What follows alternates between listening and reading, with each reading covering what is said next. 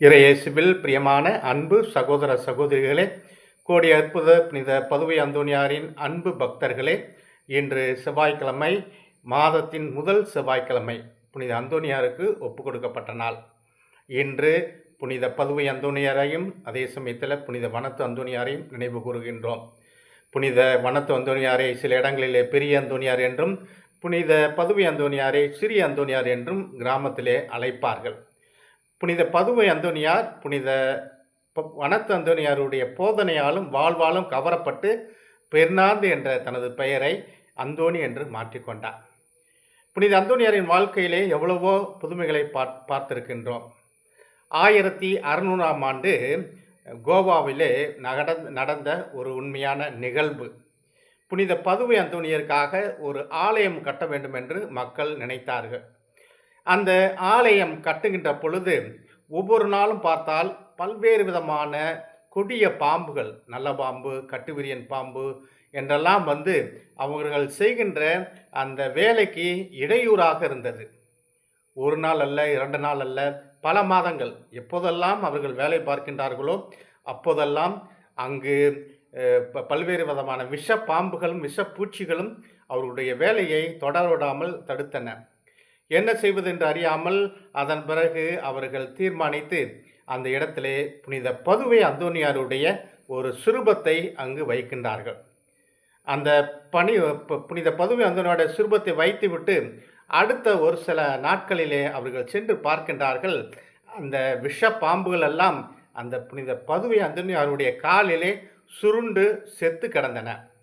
நாம் பார்த்திருக்கின்றோம். மிக்கேல் செம்மேனிஸ் அவர்கள்தான் அந்த பாம்புகளை எல்லாம் தன்னுடைய ஈட்டியால் குத்துவதை பார்த்திருக்கின்றோம். ஆனால் இந்த கோவாவிலே இந்த குறிப்பிட்ட இந்த இடத்திலே புனித பதுவை அந்தோணியார் தன்னுடைய காலுக்கு கீழே இந்த பாம்புகளை எல்லாம் அவர் மிதிப்பது போன்று அந்த சுரூபமானது காட்சியளிக்கின்றது. எனவே நம்முடைய புனிதர் அசுத்த ஆவிகளை விரட்டி அடிக்கக்கூடியவராக இருக்கின்றார். எத்தனையோ இடங்களுக்கு புனித பதுவை அந்தோணியாருடைய ஆலயத்துக்கு சென்றோம் என்றால் தீய அசுத்த ஆவிகள் பிடித்தவர்கள் எல்லாம் உள்ளே நுழைய விடாமல் அவர்கள் கத்துவதை பார்க்கின்றோம். ஏன் இங்கு வந்தாய், என்னை வதைக்கவா வந்தாய் என்று சாத்தான் ஒரு இடத்திலே விவிலியத்திலே கேட்பது போல நம்மை விட சாத்தான் இயேசுவின் வல்லமையை அதிகமாக அறிந்திருக்கின்றான். எனவே தான் இயேசுவை எப்படியாவது விழுக்காட்ட வேண்டும் என்று நினைத்து அவரை சோதிக்கின்றான். 40 நாள் அவர் நோன்பிருந்து ஜெபித்த பிறகு இந்த கல்லை அப்பமாக மாற்றும் என்று சொல்கின்ற பொழுது இறை வார்த்தையை சொல்லியே அந்த சாத்தானை முறியடிக்கின்றார். மனிதன் அப்பத்தினால் மட்டுமன்று கடவுளின் வாய் நின்று வரும் ஒவ்வொரு சொல்லினாலும் உயிர் வாழ்கின்றார். அதே போல மலையிலிருந்து நான் குதிக்கின்றேன், உன்னுடைய வான தூதர்களை வைத்து காப்பாற்றும் என்று சொல்கின்றார். அதே போல் என்னை தண்டனிட்டு வணங்கு, நான் இந்த உலக செல்வங்களை எல்லாம் என்று கொடுக்கின்றேன் என்று படைத்தவருக்கே அந்த சாத்தான் சவால் விடுகின்றான், சோதிக்கின்றான். ஆக ஆண்டவருக்கே சோதனை வருகின்ற பொழுது நாமெல்லாம் ஒரு சாதாரண மக்கள், நம்முடைய வாழ்விலும் சாத்தானின் சோதனைகள் ஏராளமாக இருக்கும். நம்முடைய குடும்பத்தில் இருக்கலாம் அல்லது வெளியில் இருந்து இருக்கலாம். அப்படிப்பட்ட அந்த சோதனைகள் எல்லாம் விரட்டி அடிக்க வேண்டும் என்றால் புனித பதுவை அந்தோணியாருடைய பக்தியிலே அதிகமாக வளர வேண்டும்.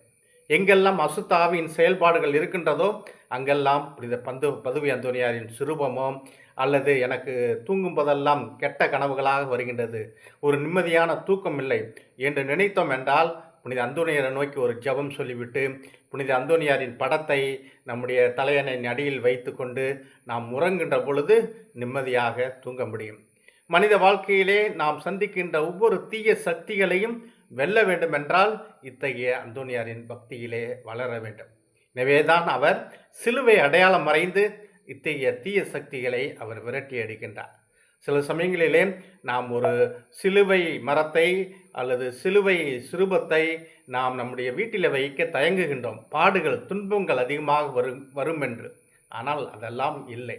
அந்த ஆண்டவர் இயேசுப்பட்ட துன்பங்களிலே நாமும் பங்கெடுக்கின்ற பொழுது நம்முடைய துன்பம் ஒன்றுமில்லாமல் போகின்றது, அல்லது தாங்கிக் கொள்கின்ற சக்தியை நம்முடைய ஆண்டவர் இயேசு நமக்கு கொடுப்பார்.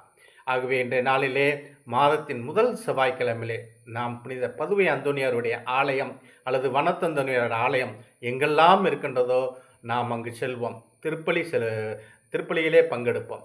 2, 3 மெழுகுதிரி ஏத்தி ஒவ்வொரு செவ்வாய்க்கிழமையும் நாம் குறிப்பாக ஜெபிப்போம். 9 செவ்வாய்க்கிழமை அல்லது 13 செவ்வாய்க்கிழமை நம்முடைய கருத்துக்களுக்காக, நம்முடைய குடும்பத்தின் கருத்துக்களுக்காக, அல்லது நம்முடைய தீராத வியாதிகளுக்காக, குடும்பத்தின் பிரச்சனைகளுக்காக, கடன் தொல்லைகளுக்காக, அல்லது மனவியாதிகளுக்காக, மனபாரங்களுக்காக, இன்னும் பல்வேறு பிரச்சனைகளுக்காக ஒவ்வொரு செவ்வாய்க்கிழமையும் நாம் புனித பதுவை அந்தோனியார் அல்லது மனத்தந்தோனியருடைய ஆலயத்திற்கு சென்று மெழுகுதிரி ஏந்தி பொருத்தி முழங்கால் படியிட்டு உருக்கமாக ஜெபிக்கின்ற பொழுது நம்முடைய பாரங்கள் தீரும். நமக்கு கோடி அற்புதர் பதுவை அந்தோனியார் நமக்கு நிறைவான ஆசீர்வாதத்தை நம்முடைய ஒவ்வொரு நாளிலும் ஒவ்வொரு நிமிடமும் நமக்கு கொடுப்பார். நாம் உயிர் வாழ்வதே நிச்சயமாக புனித பதுவை அந்தோனியார் நம்முடைய ஆண்டவர் அன்னை மரியாளின் ஆசீர்வாதம் என்பதை உணர்ந்தவர்களாக அத்தகைய ஒரு நல்ல கிறிஸ்தவ வாழ்வு வாழ இந்த மாதத்திலே சிறப்பாக புனித பதுவை அந்தோனியாரை நோக்கி ஜெபிப்போம். பதுவை அந்தோனியாரின் அருளும் ஆசீரும் இந்த மாதம் முழுவதும் உங்களுக்கு நிறைவாக கிடைப்பதாக. ஆமேன்.